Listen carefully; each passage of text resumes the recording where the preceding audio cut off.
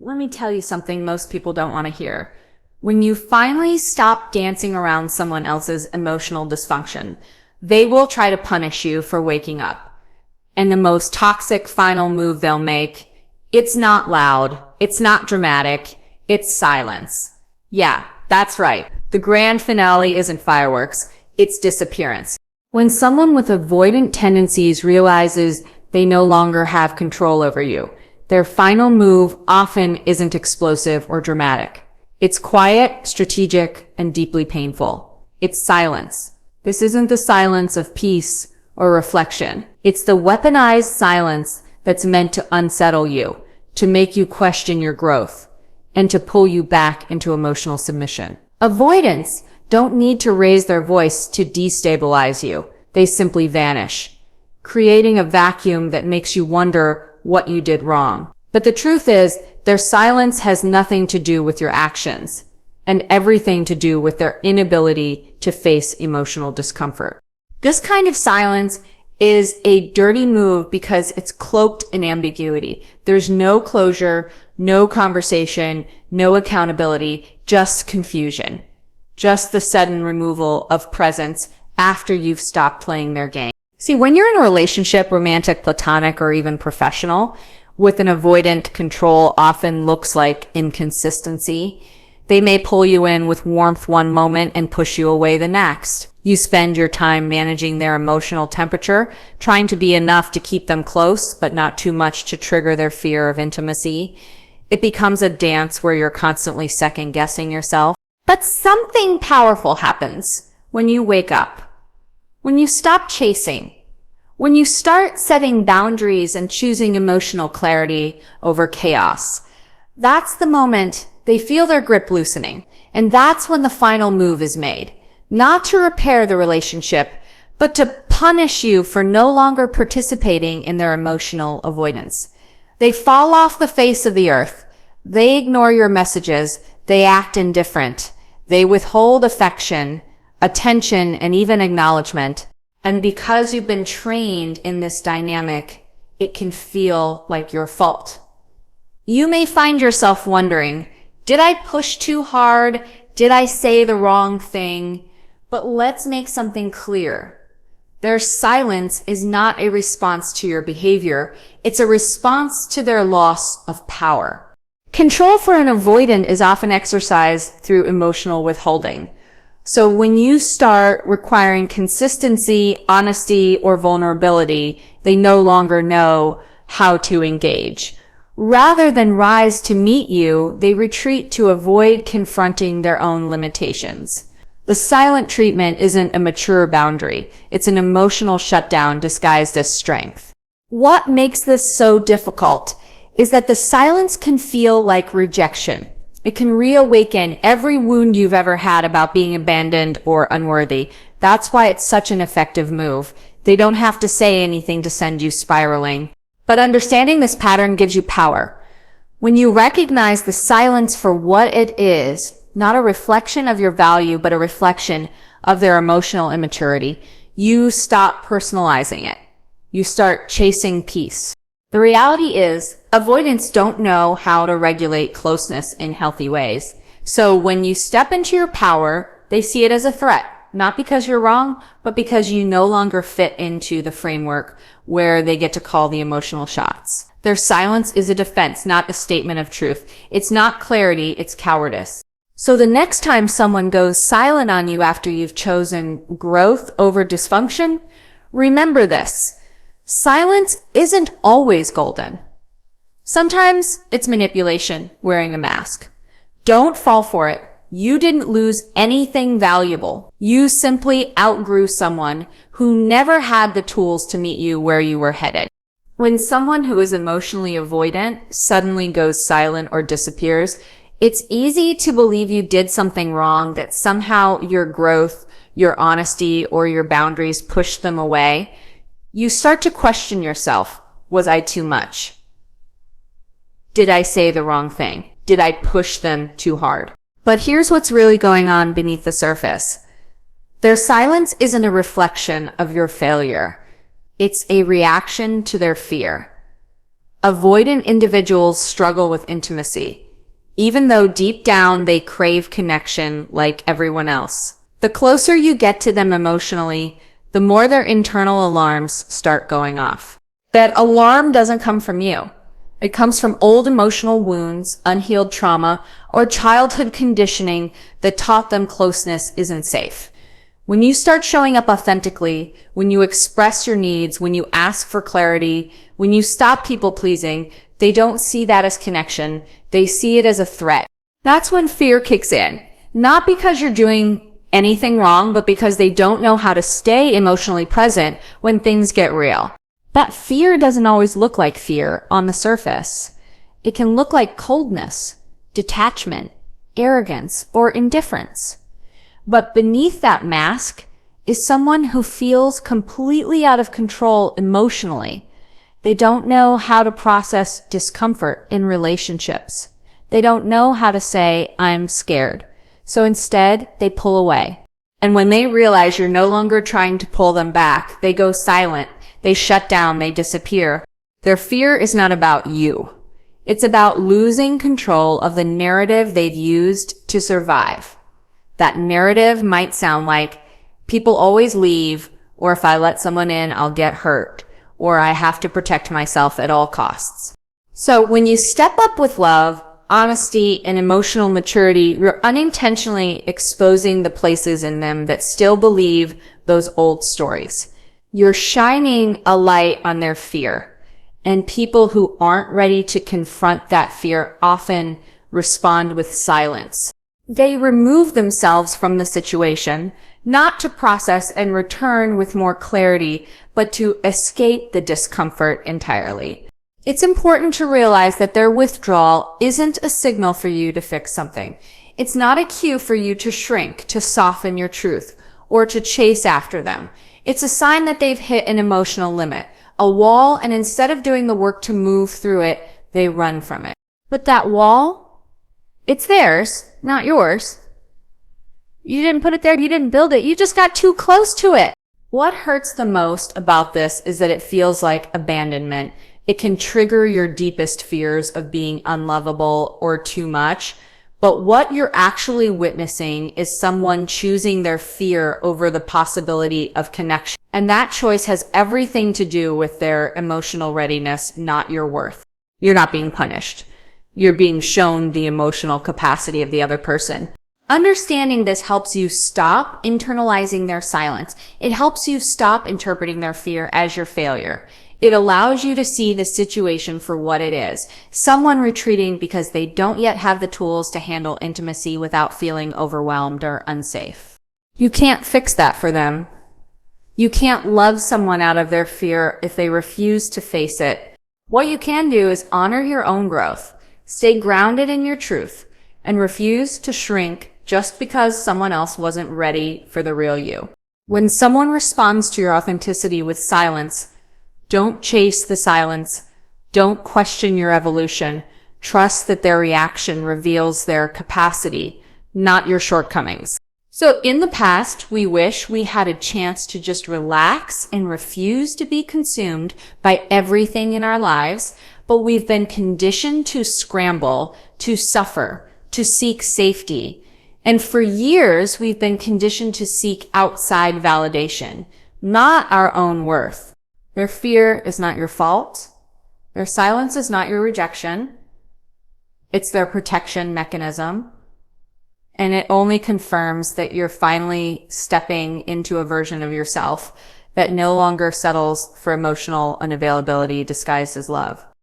When someone uses the silent treatment as a response to conflict or emotional discomfort, it can be easy to misinterpret it as strength. From the outside, it might look like composure, like they're taking space, like they're just not getting pulled into drama. But let's call it what it is. Silence in this context isn't maturity, and it certainly isn't strength. It's avoidance wrapped in the illusion of control. It's emotional shutdown, not emotional regulation. And this kind of silence doesn't heal relationships. It slowly poisons them. There's a massive difference between taking healthy space to reflect and shutting down communication as a form of control or self-protection. When someone takes time to gather their thoughts with the intention of returning to the conversation, that's emotional responsibility. But when someone removes themselves and cuts off connection with no clarity, no communication, and no resolution, especially after you've expressed your needs or set a boundary, that's not responsible. It's reactive, it's manipulative, and it's one of the most damaging behaviors in emotionally immature dynamics. Avoidants in particular tend to use this kind of silence not to solve problems, but to avoid them entirely. They often don't know how to sit with uncomfortable feelings, their own or anyone else's. So when things get emotionally charged or too vulnerable, they withdraw. And when they feel they can no longer influence or control the dynamic because you're not chasing, pleading, or softening to appease them, they'll double down on their silence as a last-ditch effort to regain a sense of power. What makes this silence so confusing and painful is that it's passive. You don't get closure. You don't get clarity. There's no yelling, no dramatic ending, just absence. That absence forces you to sit with unanswered questions, to replay conversations, to overanalyze your tone, your words, your actions. It creates a space where self-doubt grows fast, where you start to wonder if you're the problem. But the silence was never about you being too much. It was about you refusing to be less than what you are. This is why silence used as a weapon is so destructive.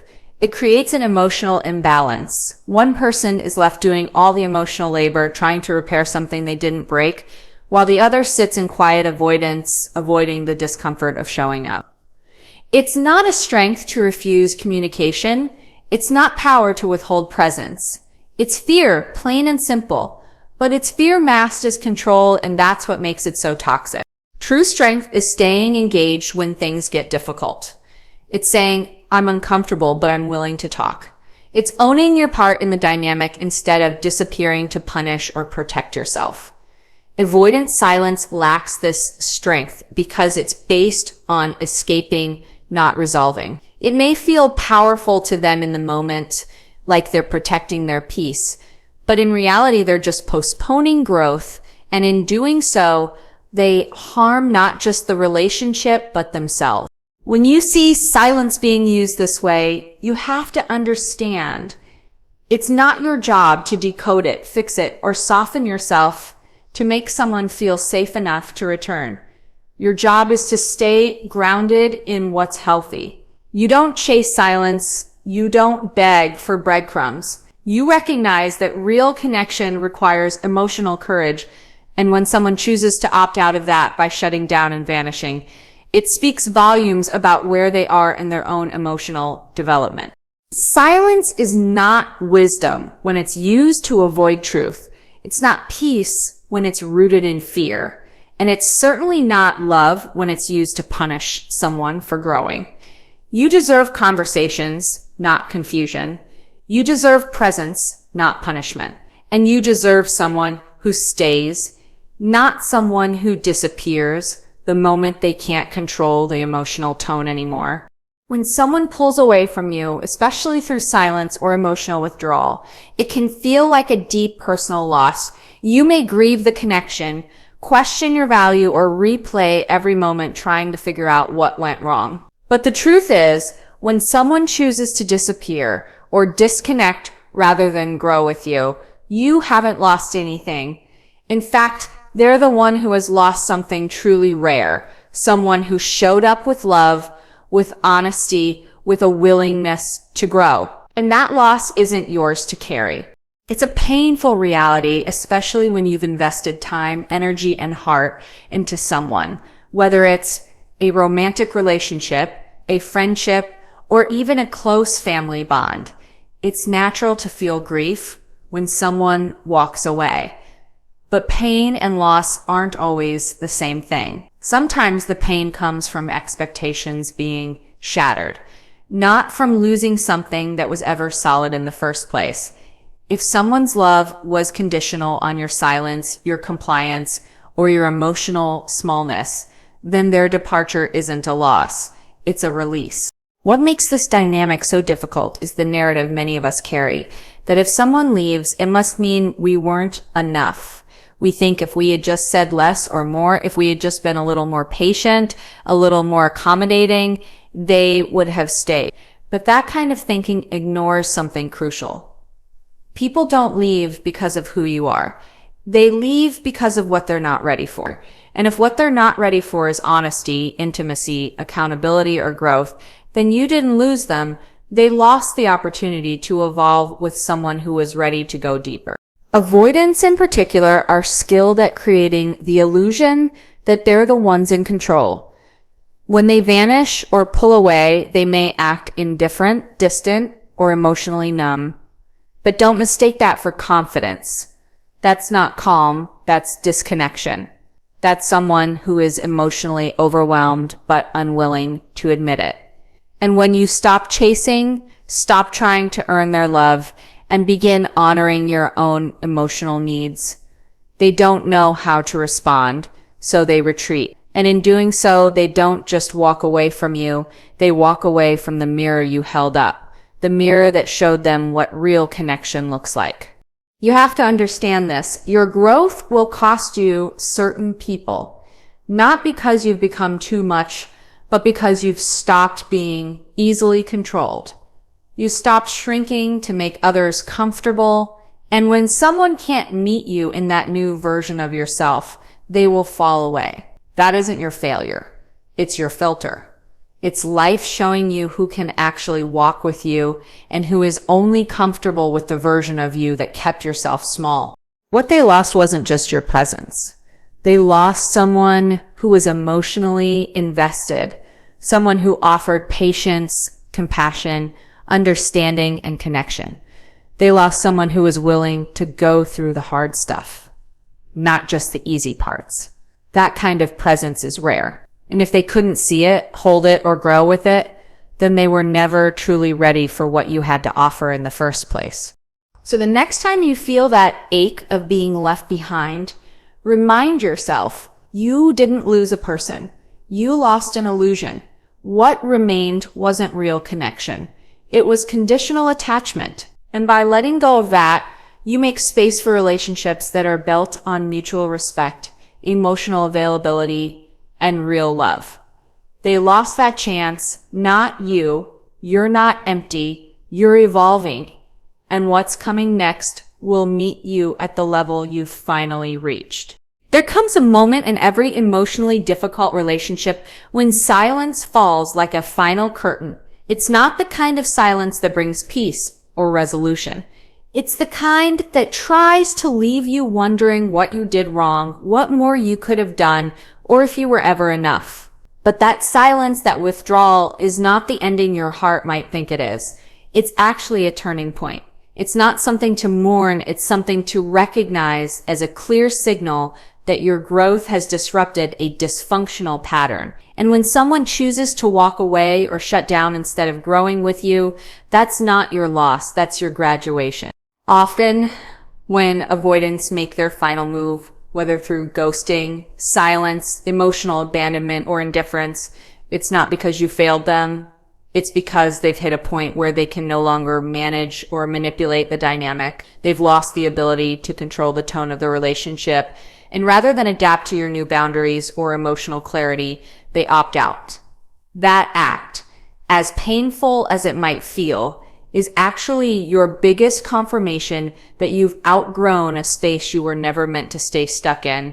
You didn't arrive at that moment by accident. It came after work, after choosing yourself again and again, after speaking up, after setting boundaries that maybe for the first time prioritized your own peace over their comfort. It came after realizing that love without honesty, consistency, or emotional safety isn't really love at all. You evolved, and your evolution changed the rules of engagement. You stopped playing the role they had gotten used to. You stopped shrinking, explaining, over-apologizing, or trying to earn affection that should have been freely given. And when you did that, it forced a choice: grow or go. And they chose the door.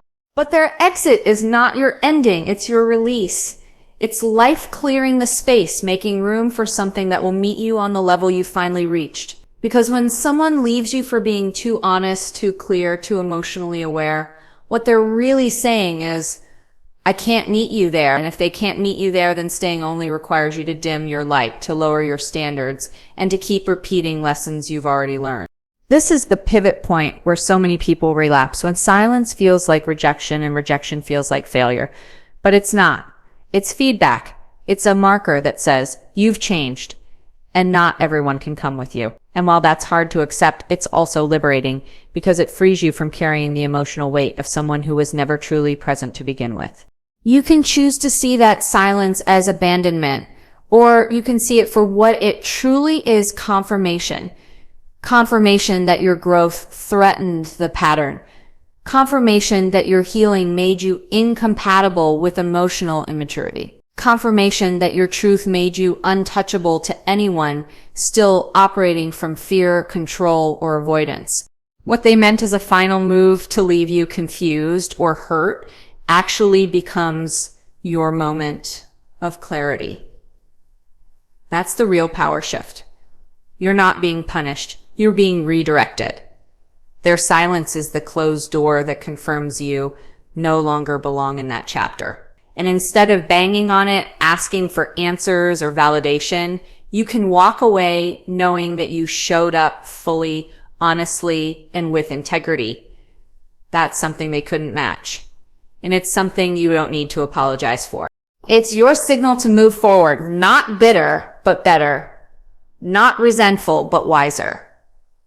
So the silence they left you with, let it echo as your victory bell. Let it mark the end of self-sacrifice and the beginning of radical self-worth. They didn't win by walking away. You did, by finally walking forward without them.